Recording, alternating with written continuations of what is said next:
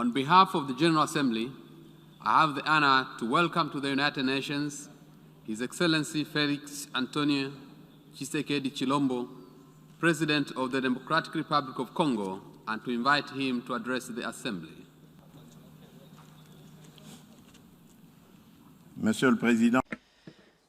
President of the 76th session of the General Assembly,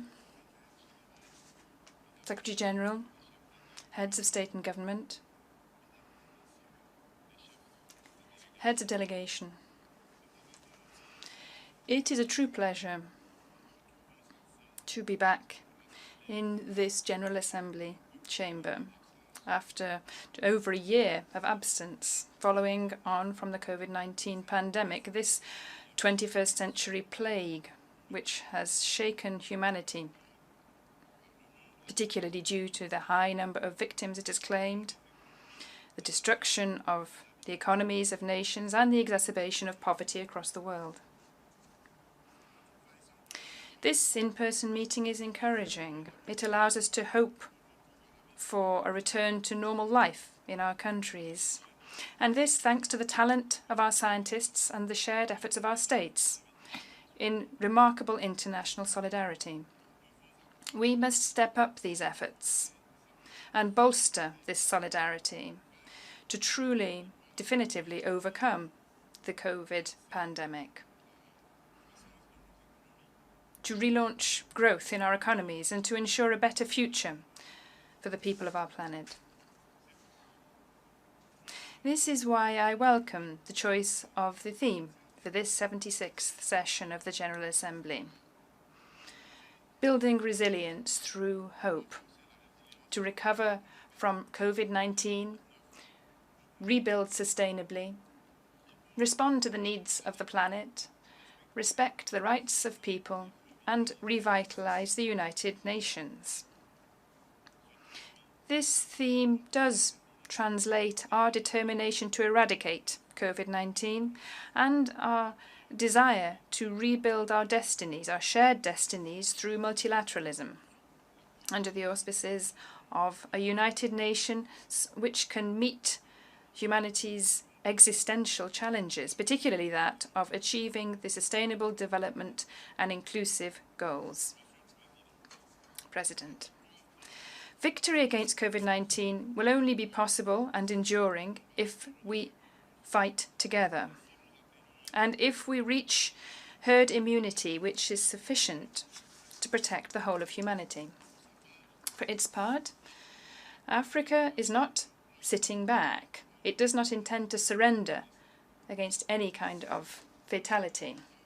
Quite the contrary. Africa has set up a joint continental strategy against COVID-19. In this context, Africa has created a COVID-19 response fund and launched a platform for medical supplies to guarantee that all its countries have access to the necessary equipment and supplies. On the 28th of March 2021,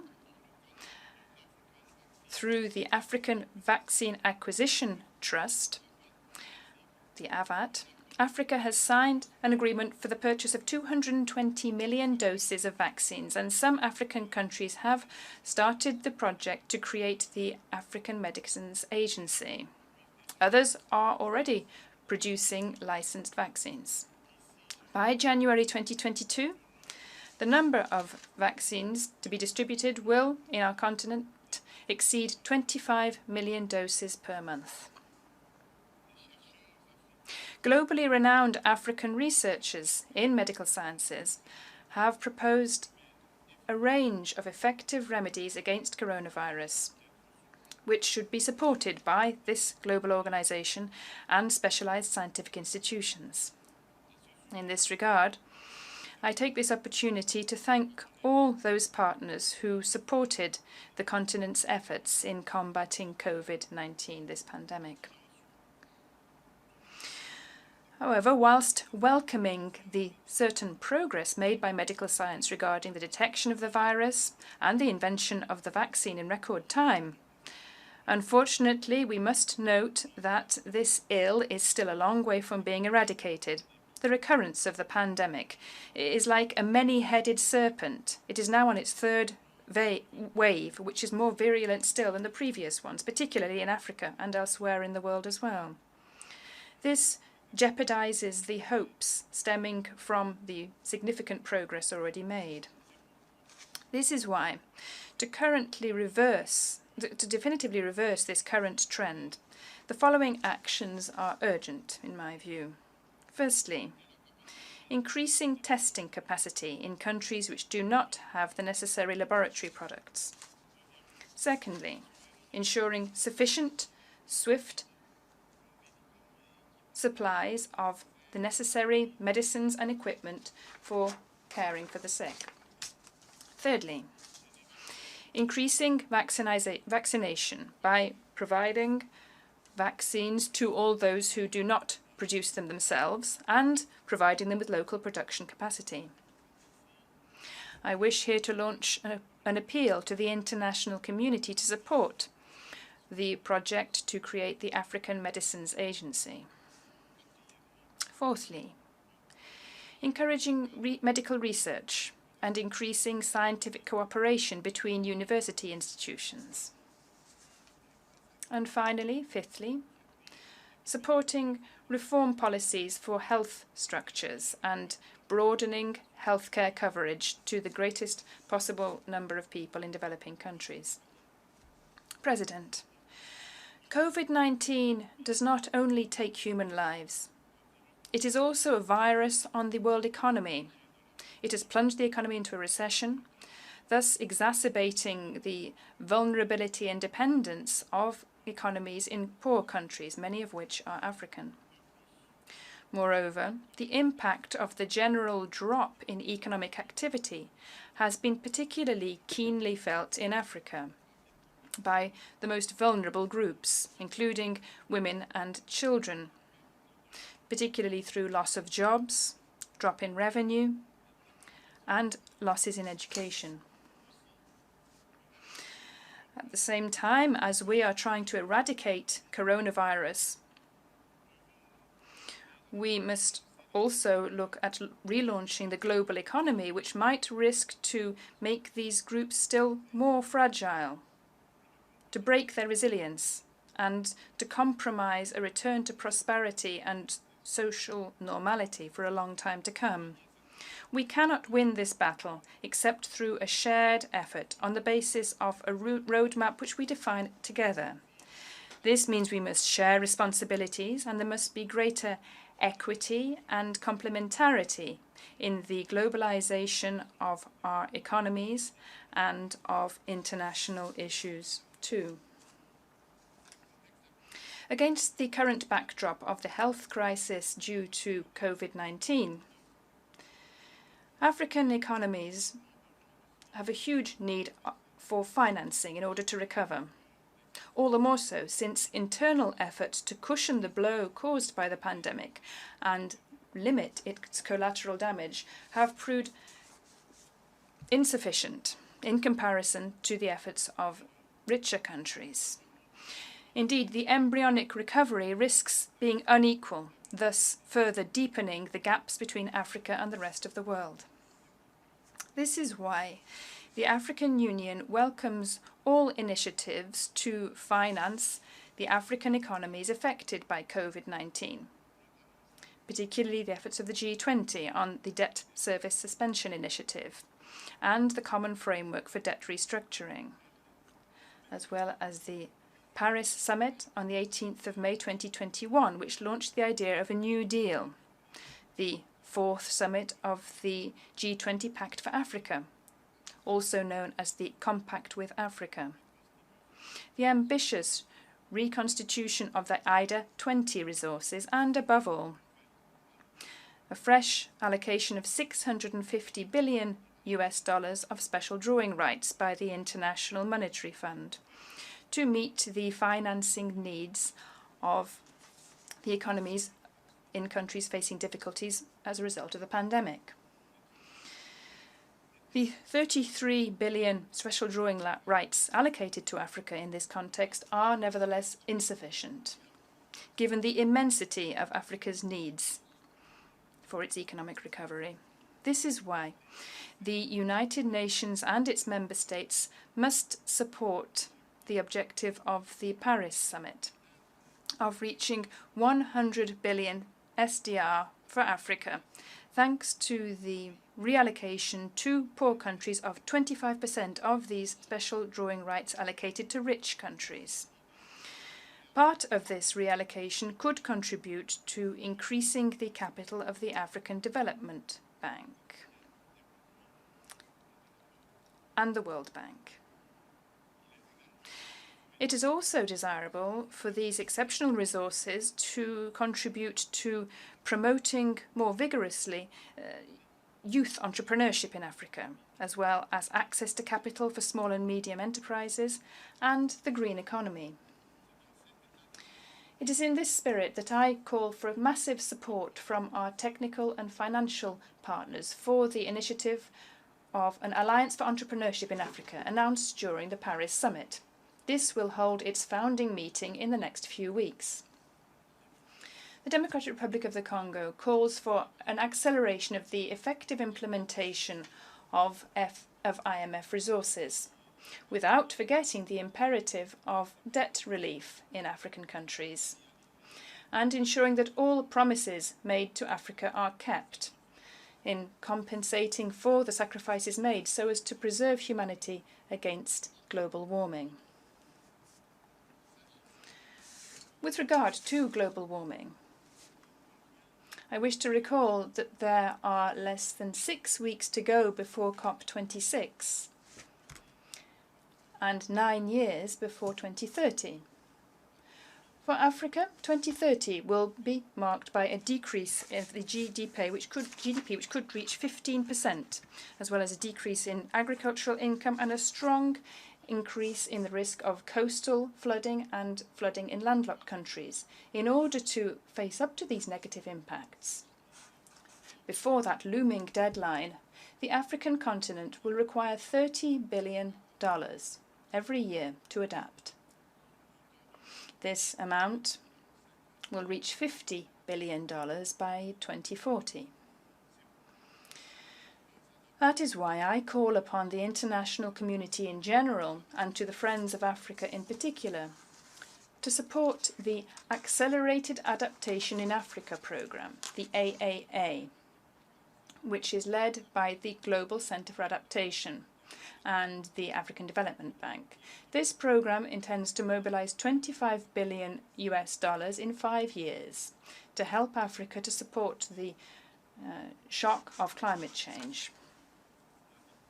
So, above and beyond proclamations of good faith and good intentions, the relaunch of the global economy will be a reality for all, and international solidarity will have a palpable impact, particularly for African people, in this way.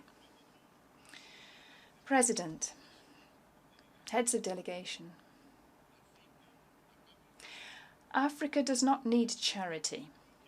Africa is fighting to gain spaces for liberty and action in a world which is constantly competing so as to forge a better destiny and to contribute more to the general progress of humanity.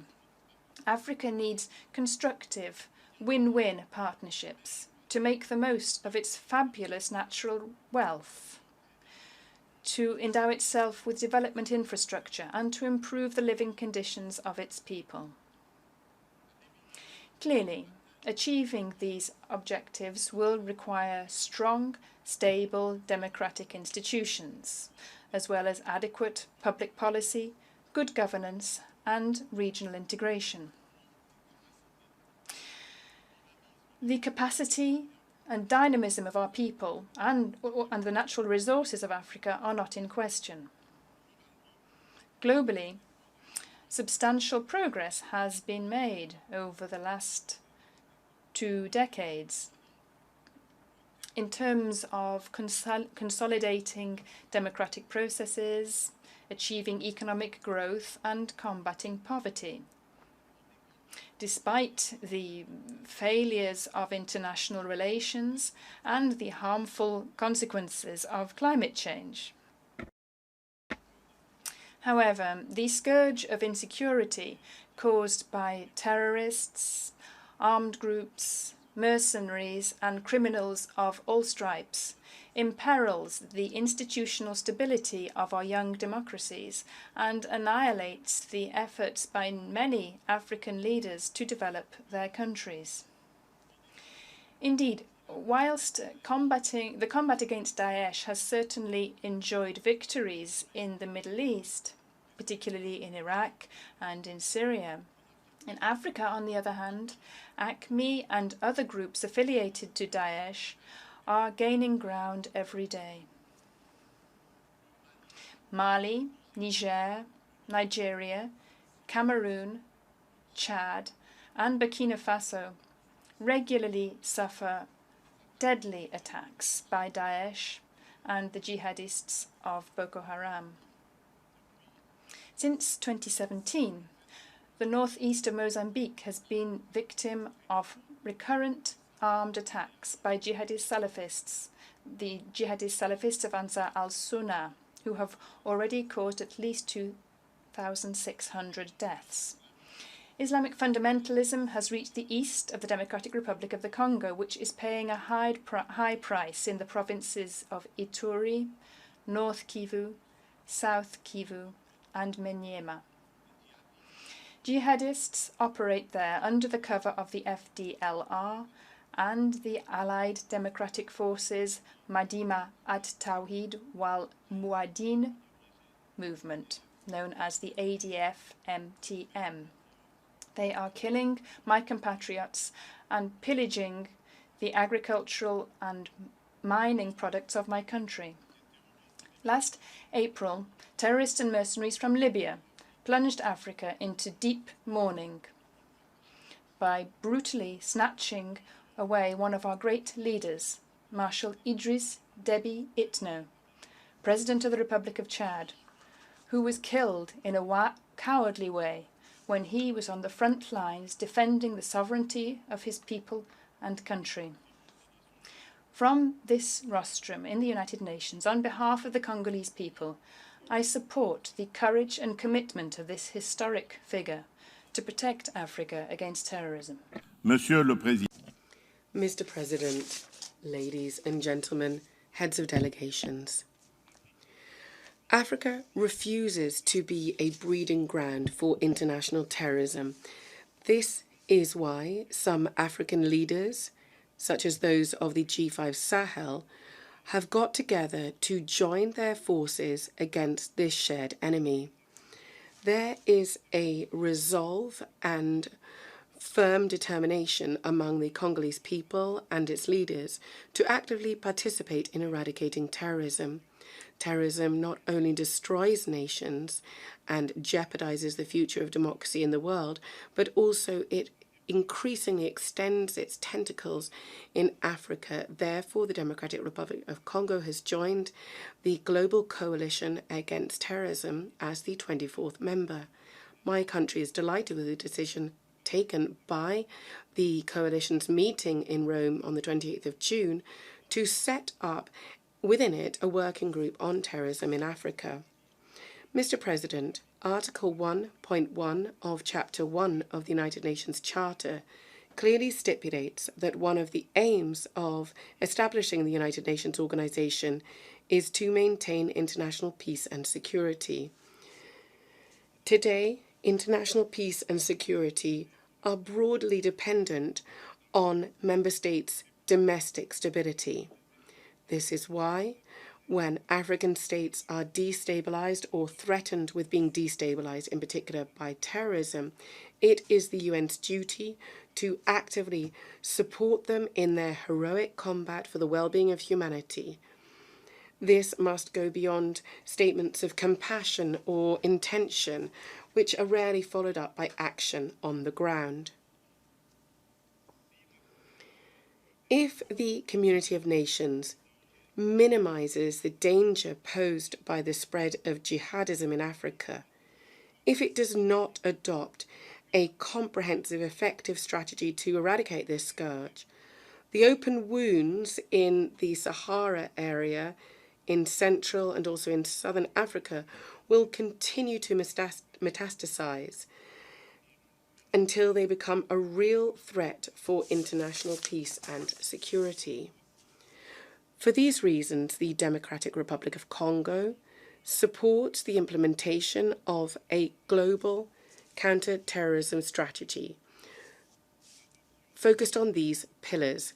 Firstly, adopting a specific security policy, strengthening states' resources, in particular by pooling resources and exchanging security information, respecting human rights, and prevention. Now, on prevention, it is crucial to underscore that along with the security approach, which involves intelligence services and their work, we should promote the socio-economic approach upstream. This is focused on education, youth employment, and combating poverty in order to eradicate once and for all terrorism from our societies. As long as injustice and inequality between nations and individuals persist in the world, terrorism will always find fertile ground for it to emerge and spread.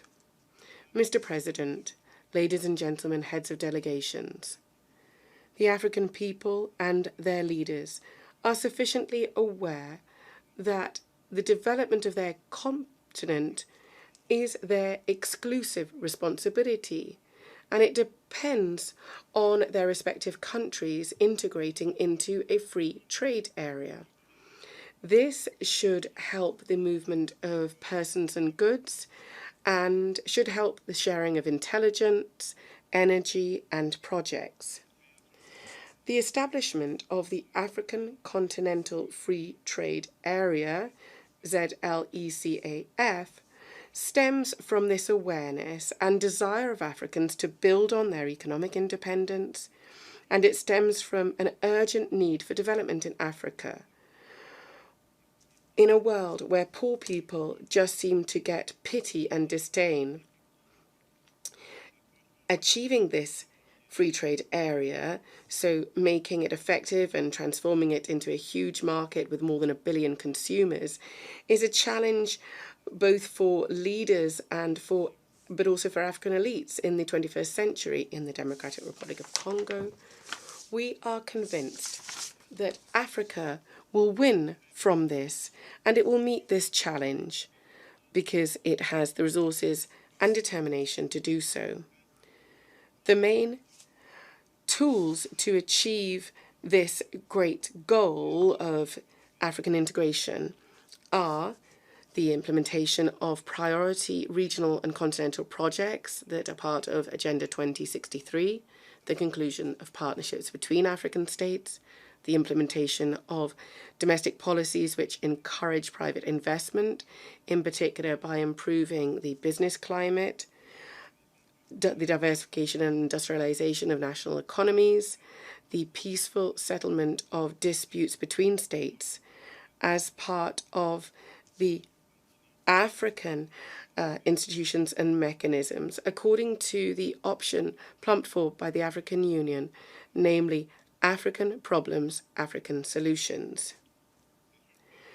Based on this, based on the UN Charter and based on the principle of subsidiarity, since I acceded to the chairmanship in office of the African Union, I have been striving to facilitate settling the dispute that is dividing Egypt, Sudan, and Ethiopia on the operationalization of the Grand Ethiopian Renaissance Dam that was built by Ethiopia on the Nile.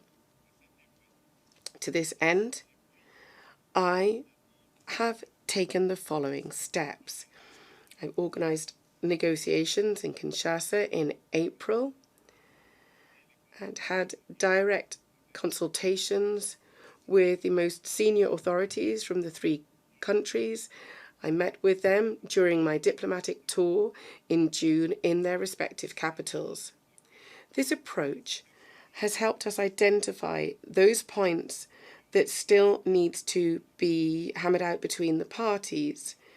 The aim is to conclude a fair, binding agreement that would take into consideration the interests of each party by promoting a indispensable climate of mutual trust so that the Grand Dam becomes an instrument for economic and regional integration and an instrument for solidarity between Ethiopia, Egypt and Sudan. These points have been conveyed to the three countries, and in the near future, discussions will restart again. I remain confident because not only are the leaders of the three countries determined to settle their dispute through dialogue within the context of the African Union, but also because they constantly say that they are very confident in the African Union's facilitation efforts. I'd like to take this opportunity to thank them. I would reassure observers and all states or institutions that have been accepted by the parties by saying to them that their assistance is most welcome. Mr. President, recently political crises have broken out in several African states. These crises must not diminish the enormous progress made by most African states in the area of democracy and good governance. I would like to reassure the community of nations that the democratization process is irreversible in Africa. The problems we're facing at the moment are all part and parcel of a laborious democratic process, but one that is being built slowly but surely and stone by stone. The African people will no longer put up with military or autocratic regimes. The DRC people are pursuing their worthy fight against dictatorship, autocracy, and anti-values which are still present. In this context, as soon as I took up highest office, I undertook political and economic actions and reforms that were root and branch in nature. I was fiercely opposed to the old guard way of doing things based on abuse and human rights violations. This led to the institutional changes in December 2020 and the first trimester of 2021. My compatriots were extremely pleased with this. They had constantly called for radical change in the governance of our country. In economic terms, the DRC has joined a program with the International Monetary Fund. It did so in June, and it enjoys assistance from the World Bank, so that it can carry out major social projects and basic infrastructure projects. Thanks to the implementation of far-reaching reforms, economic growth has sped up, overtaking 5% a year. Inflation has decreased, and our national currency, the Congolese franc, has stabilized on the foreign exchange market. Since an improvement in domestic revenue is one of our priorities, the government of DRC, since I became the head of the country, has been undertaking a rigorous policy to combat corruption and money laundering of public funds and also impunity. The results have been tangible. There's been a substantial increase in revenue since the second trimester of this year.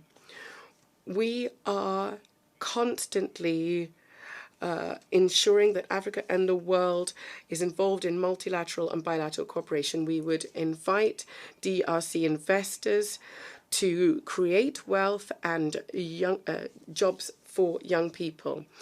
Our country's government has already concluded partnership agreements with several countries and private investment firms. We are determined to further build on the return of trust in our country. Nonetheless, there is a serious problem that hangs over these encouraging achievements and risks hampering the excellent work that the Congolese people have done. This is the lack of security in the northeast of the DRC over the past 2 decades, and the bloody attacks and recurrent attacks of a number of different arms groups that do contain some Islamic terrorists. It's no secret to anyone that these attacks have caused thousands of deaths and IDPs. Women have been raped and there have been mass human rights violations. Given the ongoing existence of this cancer that undermines the country in the northeast and the difficulties encountered by the troops of the UN stabilization mission in Congo in its theatre of operations, I have decided to proclaim, and in line with Article 85 of the Constitution, a state of an emergency to bring an end to the insecurity in this strategic region of the DRC. Given this exceptional status, the armed forces of the DRC are shouldering all responsibility for the administrative and security management of these particular provinces, at the same time as conducting military operations. Given this state of emergency, important progress has been made. In particular, several hundred militiamen have been taken out. Numerous members of the armed group have their actions have been stopped. Numerous weapons and ammunition has been recuperated by the DRC armed forces. Several illicit weapons and arms trafficking networks and ammunition trafficking networks have been dismantled. Numerous areas in the east of the country that were previously occupied by the rebels have been taken back. Numerous hostages who were previously detained by some armed groups have been released, and many major roads have been reopened. They were previously under the control of the negative forces, and there's been a significant decrease in incursions against civilians. These results are all an opportunity that need to be capitalised on and should rally all of us in the international community and as leaders of the Congolese people in order, once and for all, to put an end to this infernal cycle of violence imposed by the negative forces in the northeast of the DRC and to build on peace, security and stability in the Great Lakes region. It is for this reason that the DRC government is maintaining and stepping up pressure on armed groups and those working with them. And the state of emergency will only be lifted when the circumstances leading to it have gone. It is crucial that the application to the DRC of prior warning measures by the Sanctions Committee of the UN imposed by paragraph 5 of Resolution 1807. This is regarding all imports of military goods by the government of my country or all other form of assistance, advice or training linked to military activities of the armed forces and the security forces of the DRC. All of this needs to be lifted. This is especially because the government needs to ensure the safety and security of people and goods throughout its entire national territory. Serious sanctions have been taken against all mafia networks, whether they hamper transit routes or and we've also imposed sanctions against multinational companies that are illegally exploiting minerals in my country and provide fuel in exchange to armed groups in terms of weapons and ammunition. This is thus fueling the conflict in the DRC and in the Great Lakes region as a whole. The withdrawal of MONUSCO needs to be progressive, responsible and well ordered in line with Resolution 2556/2020 of the UN Security Council. Mr. President, pursuant to this resolution, a DRC MONUSCO joint committee that's been expanded to other UN agencies and to civil society has been set up. Its aim is to define the strategy and to draft the roadmap for the definitive withdrawal and drawdown of MONUSCO from the Democratic Republic of Congo. My country's government, endorses the transition plan for the withdrawal of MINUSCO, drafted by the Joint Committee in cooperation with civil society. The transition period will expire in 2024. During this time, the DRC expects that the UN and the Security Council provide all necessary resources to MONUSCO and its Force Intervention Brigade so that they can swiftly fulfill their mandates and missions in line with the resolution that I mentioned. There's a need for the troops deployed to have the necessary capacity and resources, including the necessary training to meet the needs of the realities on the ground and of this asymmetric war that is being conducted by armed groups and Islamic terrorists. And no one can contest their existence in the DRC. Mr. President, ladies and gentlemen, heads of delegations, in the DRC and in the world in its entirety, without peace and security, nothing can be built. Security and peace are preconditions for the progress of nations. The Congolese people needs it for its prosperity and in order to build its democracy, which is still fragile. This is why I am placing all my energy into and attaching great interest into bringing an end to insecurity, to massacres and to looting. And I'm doing all I can to build lasting peace throughout the whole of the Democratic Republic of Congo. This will be further helped by the organisation of free, transparent, inclusive and credible elections planned for 2023.